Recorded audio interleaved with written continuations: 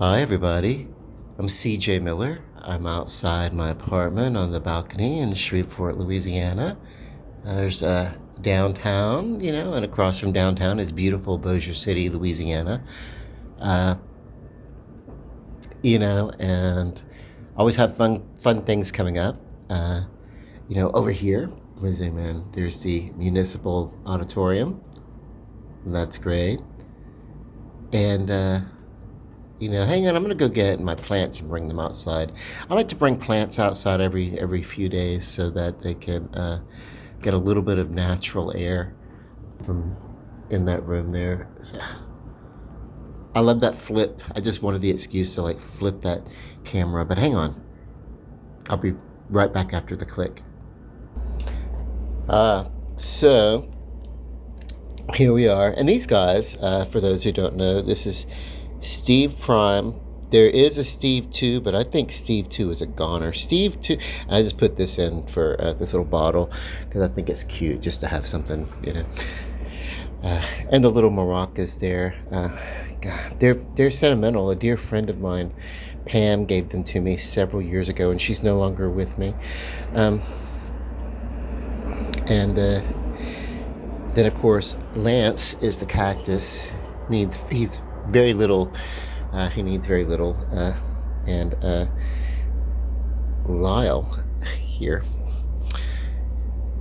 And he's a little bit temperamental. He will go through these phases where he hardly does anything, almost gets dried up, and I water him and everything like that. And then sometimes he'll bloom, so it's weird. And what did I name this guy? I'm such a neglectful plant parent. Did I say Lawrence? It feels Lawrence. Lawrence feels right. Yeah. And so typical watering days on a Sunday, but I think these guys need it today. I'm going to bring them out some nourishment. I'm going to take the plant food, I'm going to dilute it into some water, and then I'm going to put the water into the plant. And I'm also going to let them get a little bit of outside for a few hours until it's not really hot out here. It's nearing dusk, and so outside plants you want to water at dusk. And then also, well, that's what I've heard. I'm not a professional horticulturalist, but anyway, yeah. So we'll see. I think their dormant season is almost over, so they should be thriving pretty soon. I've had this plant since I've been in the apartment here. I got him right after I moved in. I moved in the end of a September, and then I got him June. So yeah, I've had them for 2 years, and so aloe veras, for if you're starting out, are really good. Although I've killed Lyle 2, I think. I mean, I'm sorry. What I name him? Steve 2. I killed Steve 2, I think. And he was part of Steve 2 was part of a little propagated. There were small plants, and they were like put into one of these little smaller things, and they were kind of like propagated together, and I brought them back from Jefferson, and I tried to transplant them immediately, and I really should have waited. And I think that was the problem, because one by one they all croaked.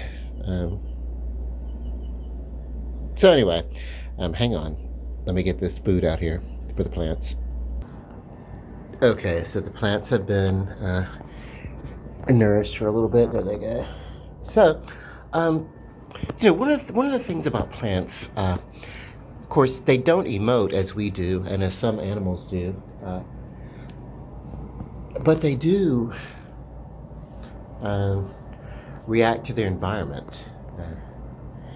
Not just about the water and nourishment that they get, but they respond to certain vibrations that they feel are pleasing to them and are not pleasing to them. they're often sensitive. The type of plants there's often they're sensitive to different types of climates. Um, and and I don't know if that means how much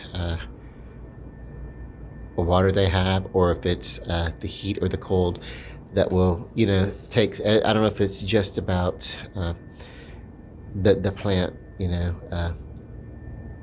and the weather directly, or the climate directly on the plant, or if that's you know is if the climate is incidental to the function of the biology of the plant. But I like to think that for me, I'm a weirdo. I think that our planet is alive and it's aware, uh, and uh, maybe it's not so focused on purpose, but maybe it exists, and maybe it's aware of its health. It's aware of when it's thirsty. I'm talking about the plants and just the whole ecology of the earth. I think it's aware of when it's receiving nutrient that it should, and not being polluted. I think that it responds by thriving. I think that's a response, and I think it's hard for me as a person, as a human, when my responses are um, uh, emotionally based. Certainly all my voluntary reactions are emotionally based. Uh, it's hard for me to imagine that a plant does not have some uh, reaction that, though is not emotion, it could be equating to emotions, like uh, like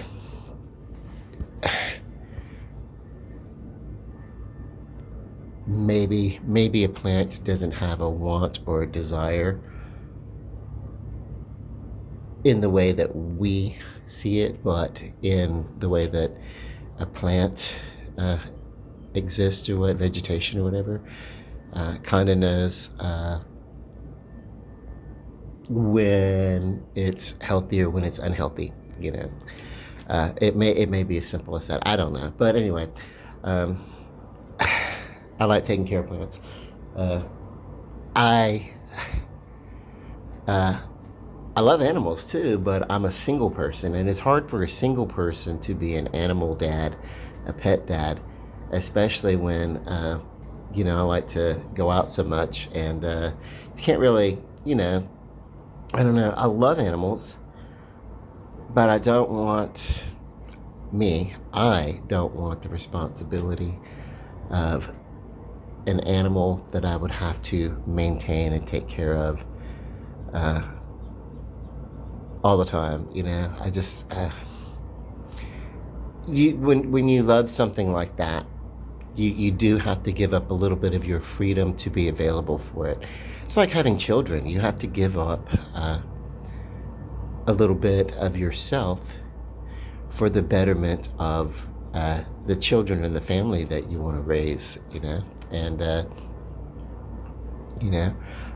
had things been different in the 70s and 80s when I was growing up, if gay people could have been allowed to marry and adopt back then, I probably would have made different considerations for my life. Um, but I don't regret it. Uh, you know, uh,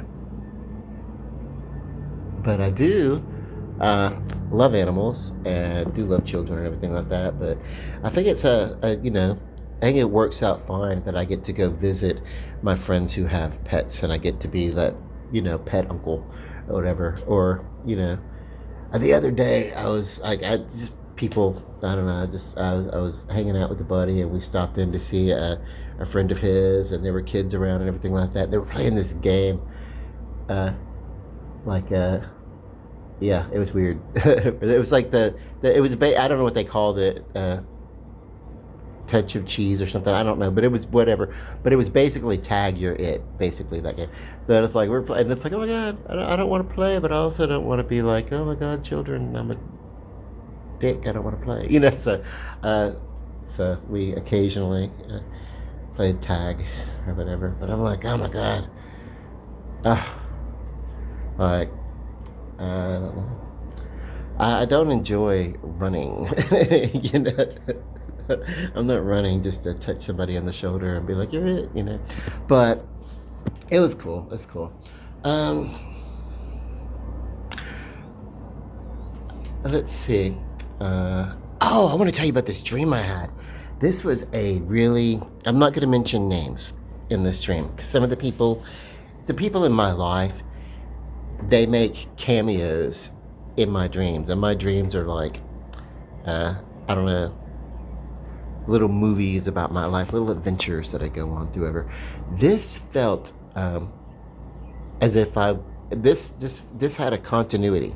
Dreams are typically they come to you in like fragments, and you'll dream of this, and then you'll dream of that, and this and that, and there's total, you know, incontinuity and relativity about it. This was different, you know. Some dreams are like that. Some dreams do have a continuity and everything. This was so much so that I could give it a title. Some of my dreams are very much like that. They're stories. You can book them from beginning to end, and you know. So this this one I would call. I even woke up and I said I'd give it a name. What was I going to call it? Oh, Future Trip. Future Trip. And that's because it was so freaking futuristic. It was like far out. Okay, so um, I was going through a neighborhood. I was going to go to a Christmas party. I remember it being Christmas. We were bringing gifts and everything, and I had to go along and select gifts, several gifts to bring to this, you know, party, and so I did that. I did a lot of thrifting, you know, small gifts, you know, what we call like white elephant gifts and everything like that. And that's something I know it comes from that recollection comes from my 12-step fellowship because we did that every year. So that's not hard to figure out where that comes from. But then we went to the party and I had some paper and I started wrapping. I went into the back and started wrapping the gifts. They weren't wrapped because I'm also a procrastinator of sorts or whatever. But and then one of my friends, because I don't drive, one of my friends asked me to go with her to pick up someone else to bring her back. And we got in a car. We went to this really, really high, steep bridge, you know, and just almost looks like that bridge uh, going into like Baton Rouge, Louisiana, if you've ever seen it, that really, really huge, tall bridge, just like terrifying for all of us to go down there. It was almost that, but different. And so we climbed it, and then it was like, oh my God. And I think I made the comment, and I've said this before, that interstates remind me of great big giant roller coasters, which I hate roller coasters, and avoid them as much as I possibly can. And so in this case, we ended up, the car just kind of locking into this gondola kind of thing. And then it was like almost like a circus ride. And I knew that it was going stupid fast. And it was like, wow, what the hell's going on?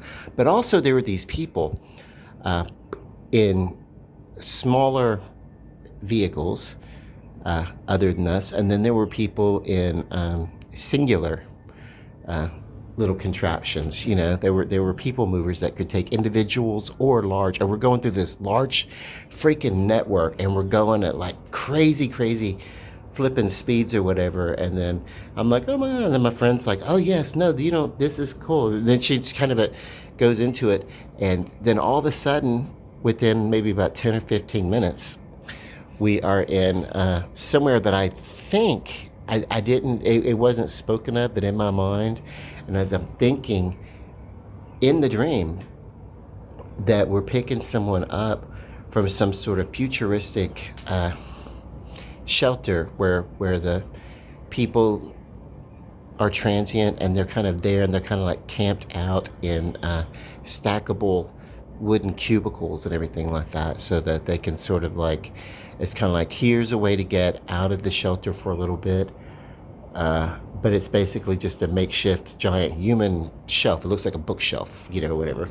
So anyway, we pick up the friend, whom I know that I'm not going to mention by name, and some of her kids or whatever, and they get in the car. And she tells to the driver, my other friend, she says, she mouths it, and I'm not meant to see it, or she didn't want to say to be rude, but she's like, why is he here? I wanted to talk to you alone, of me, so it's kind of whatever. But also, I'm usually a tag along. I will usually, that's me, but anyway, yeah, but we're good. We're all like in the friends, we all know each other. We're all good people. We all know each other and we're all good friends or whatever like that. So then we start going back, and I start trying to explain this weird ass contraption, and we must have gone through some sort of warp or something like that to get there from here. And I think the idea comes from the maybe, there's like the idea of bullet trains, futuristic bullet trains that can move you through tunnels, or they can get you like just going, like hundreds and hundreds and hundreds of miles an hour, per hour. And basically the whole idea is that we weren't driving in this contraption. We drove the car up to the contraption, and the contraption latched into the car and did the work for it. But it was stupid crazy. And I'm thinking, oh my God, this is horrific and dangerous and everything like that. But we get back on it and we're going back.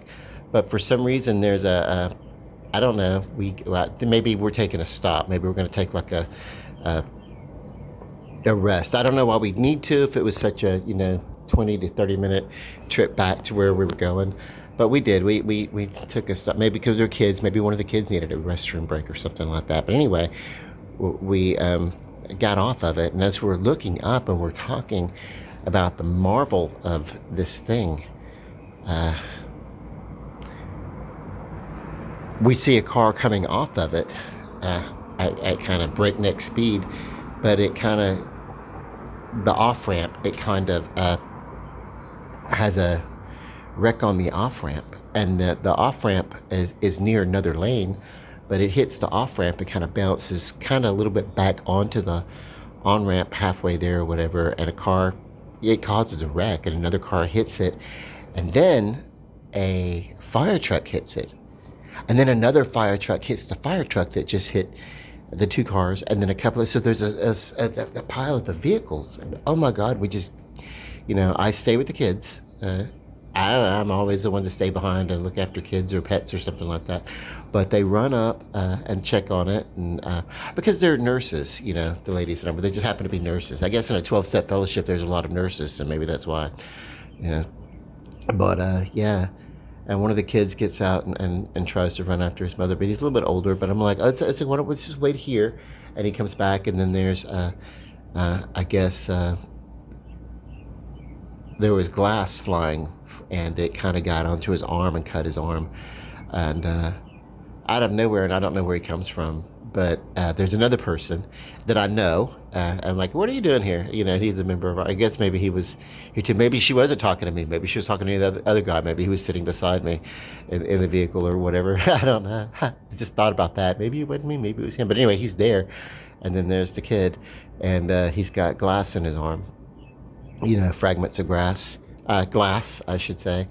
So we clean it up, and we're taking the fragments of glass out of his arm, waiting for his mom and our friend to come back and everything. And then we ask if there is a, do you know if there's a first aid kit? But you look in the glove box and everything like that. And he's like, no, my mom's got some in the thing and in her. So we get this thing out that looks like water, and undo the top and kind of clean his arm off and everything like that as we're cleaning out the and then it's like magically the wounds kind of heal. They heal, on his arm, and it's like, oh, this is some great futuristic first aid medicine, right?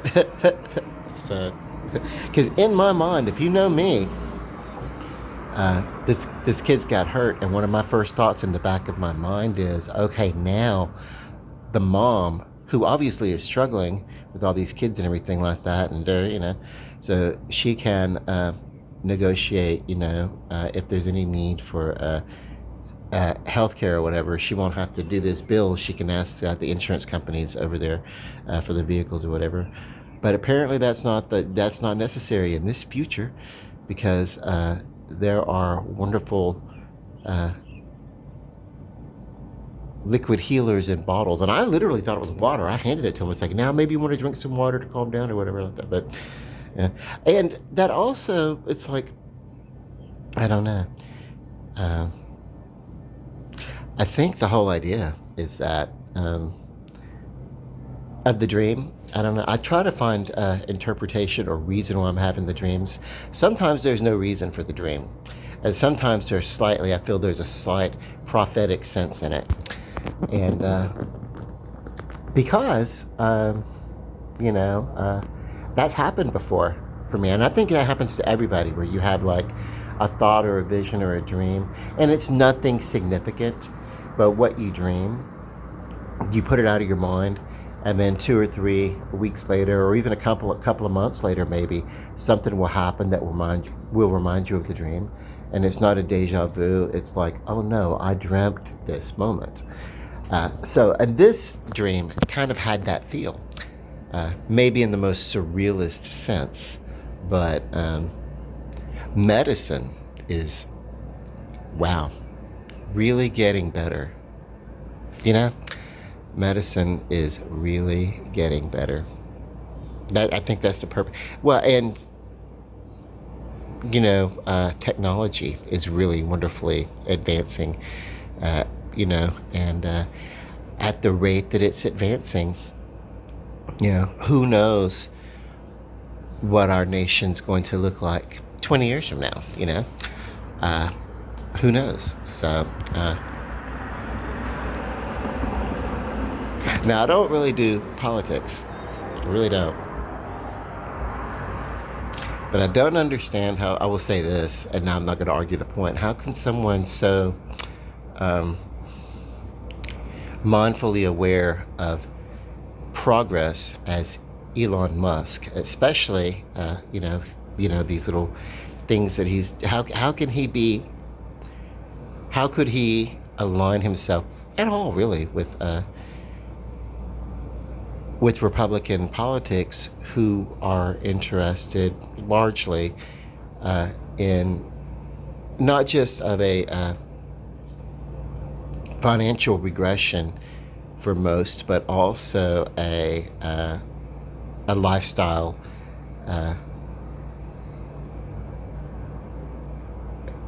backward momentum, where we want to go back to imposed morals to tell people how to live their lives and what and who they can do. And it's like, but that's about as political as I want to get. And it's not, I'm not taking, I'm obviously a very liberal person. I live a very conservative life, but politically, I'm, moderate to liberal, but what I don't understand is,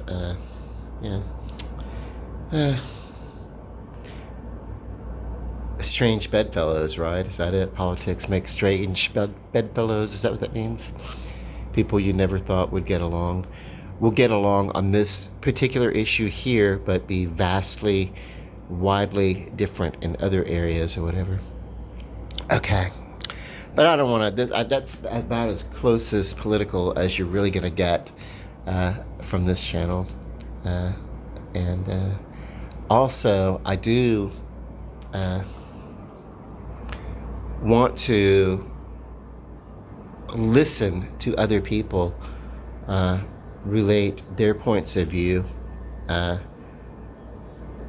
anything political, spiritual, anything, even if it's different, provided that it's a conversation and that it's not a demonstration or a dictation. I don't want to foster a YouTube channel where we're telling each other how we're supposed to do it, and that if we don't do it, we're wrong and we need to pay for it. All that kind of stuff. I don't want that. I don't want what happened to my Facebook account. I don't want it to happen to my YouTube account. Oh my God, that became such a non-enjoyable thing. It was like, now I'm gonna wake up and I've got this social responsibility to talk to Facebook because everybody, it went from the politeness of, we do our little conversations about politics in closed circles, and everybody talks about it out loud now. And it's not a conversation, it is an assault. So it's everybody on Facebook a few years ago just assaulting everybody left and right. And it wasn't about uplifting anything except for the individual posting. The original poster is all about lifting themselves up by the defamation of basically everybody else that disagreed with them, and like over the years. And I had one of the original when Facebook came out, and I got that a 3G phone. It was a 3G phone. We got a Facebook account, and my niece installed the application, and she took my first profile picture or whatever, and I kept that same account forever and forever until a few years ago. And then it was like I had a friend who decided she was going to go off social media, and I was like, you know what, that's a real good idea. And everybody's always talking about taking a break from social media, but I'm really done with this Facebook business. And I'm not hating on Facebook, but for me, it became an unreal experience, because what it was I had the exact same channel. In that time, most other people, they weren't using their original accounts, and sometimes they didn't close out those original accounts. You know how that is. I'm closing my account and I'm starting a new account because of my boyfriend here, or this or that or whatever. And it's like, really? Why don't you just block the boyfriend or something like that? And that way he can't. I don't know. I don't do whatever. But people like yeah, whatever. I don't know. I think it's, the interwebs equivalent of starting anew is deleting an account. So I don't know. That wasn't the purpose. I was just, for one thing, because there were so many duplicate accounts, the numbers that I had, thousands of subscribers or friends, or they call it, and it wasn't realistic. It wasn't realistic. So, yeah. So then I thought to myself that most of what I do, because Facebook had gone from something that was equivalent to Twitter, where you just like brief tweets or something like that. Of course, Twitter has now become X, But anyway, yeah, I thought YouTube. Most of what I'm doing now is because I was doing it. I was talking about this place where I wanted to live. It was in development. I was talking about my city and what could I do to help my city, and encourage people. Hey, if you're passing through, even if you're going from here to there, for maybe you're going to Atlanta, or maybe you're going to, maybe you're on your way across country to LA or something like that, and you're passing through our area, and you want a layover or something like that,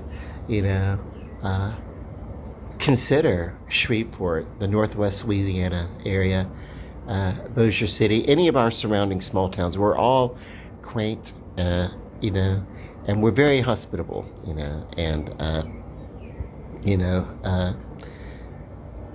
the all those crazy differences that existed on Facebook. Oh my God,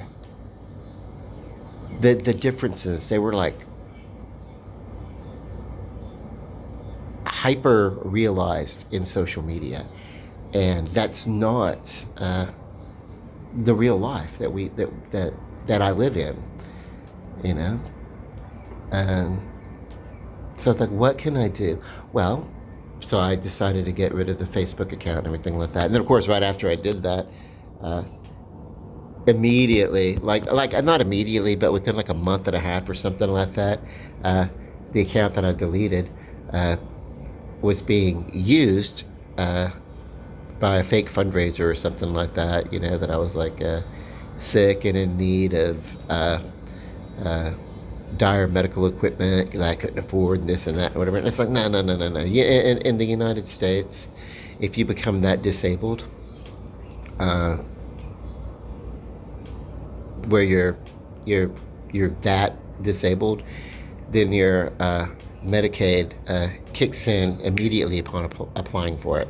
Immediately, and there may be some cases where it doesn't, but that's only because the correct bureaucracy hasn't been navigated. But really, it's like instant qualification for it, for one thing or another. And that's so don't fall for that. Oh my God, if you see anything like that, and I can't afford my it's one thing to have medical bills and not be disabled, but if you're on hospice or a lifelong kind of thing where you're needing, like, I don't know, dialysis 2 or 3 times a week, and you're missing part of your colon because of medical procedures and all that kind of, you're gonna not need fundraising for medical supplies and stuff like that. So but I don't know why. I don't know why people do stuff. I do, because there's I think that was possibly, I don't know, in my little suspicious mind, I feel like if not the upper people at Facebook, sorry, Mr. Zuckerberg, but some people have, that monitor those accounts or whatever it is. There had to have been. It's too coincidental that I go all that time without any sort of hacking or anything like that. But then when I decide to delete the account, just before it gets deleted, it gets used for fundraising. I feel there's something weird about that. But anyway, that was several years ago. And I'm over here now. But immediately after that, immediately after closing the Facebook, I decided most of what I do is visual work. It's me commenting basically on things, on life, whatever. Playing guitar. I was on a weight loss campaign to not be diabetic. Of course, once they give you that diabetic diagnosis, you're diabetic. Once you're diabetic, you're diabetic, right? But to get to an asymptomatic level, and I am. So, with that being the case, what else? So I was talking about lifestyle. I was talking about my city and my lifestyle and everything. That's the purpose of this. It's just to kind of be a little bit of edification, share of myself to people that I wouldn't get to meet typically, because I won't meet most of the people that follow. Some I know. Some people. Usually when someone nearby, a friend of mine or whatever, they're like, yeah, I want to follow your channel. I'm like, no, but that used to be. Now I'm like, okay, yeah, it's okay to follow it. But my sister, as a matter of fact, when my sister was like, I want to follow, I was like, oh, hell no. But no, my sister follows. Whatever, so, or subscribes or whatever. But yeah. Okay, I'm going to put this on pause. I've got dinner in the oven. My favorite pecan chicken wings. I'm going to be right back out. I'm going to have dinner outside tonight. Okay, so here's my dinner, and it's hot wings. There's a pecan-encrusted chicken wing that I like to buy, and I can only find it at Walmart. I've looked around locally. I can only find them at Walmart. Not even at Sam's Club. Can't find them at Target, anything like that. But it's okay. It's really okay. I will live. Because I did find that, and this is a second choice anyway. My favorite hot wing, they were called Blazing Hot Wings. And they were a breaded hot wing that you bake. And though I do enjoy cooking and being very experimental and everything, it was just, they were my favorite. I don't know. But, and I know that there are other hot wings on the market, but they were just like superb the way they did it. But, yeah, they stopped being made. I can get Blazing Hot Chunks, which is the white meat chicken version of that, but it's not the same. Yeah, the breading tastes the same, but it's a different experience eating a chicken wing portion. If you are into wings in the way that I am, wings are kind of my favorite food, and that was my favorite. But what I did find, and I didn't do it this way, but if I take these wings and coat them with a little bit of Crystal hot sauce and then bake them to instruction, they have a very similar effect as those Blazing Hot Wings. Not Tabasco, but Crystal. Because Crystal has a little bit of a flavor to it that is a little different. It's very similar to Tabasco, but it's slightly different, and I have a very delicate palate. Like, I can almost decipher what's in a recipe by waiting for the flavors to come to me, especially, yeah. And yeah, I'm sorry, I need to eat. I'm gonna wrap this up pretty soon. The blue cheese crumbles are to tone down in case I do get a little too hot on the palate. But this is just Crystal hot sauce sprinkled over those pecan flavor, I should say. There's no actual pecan in it. I guess, I don't know, whatever. Maybe. That would be cool, though. Have some, you know what? I should play around and do some presentation. Put a couple of little pecans on the side of it or whatever. I do live in Louisiana. You got pecans all over the place. Anyway, yeah.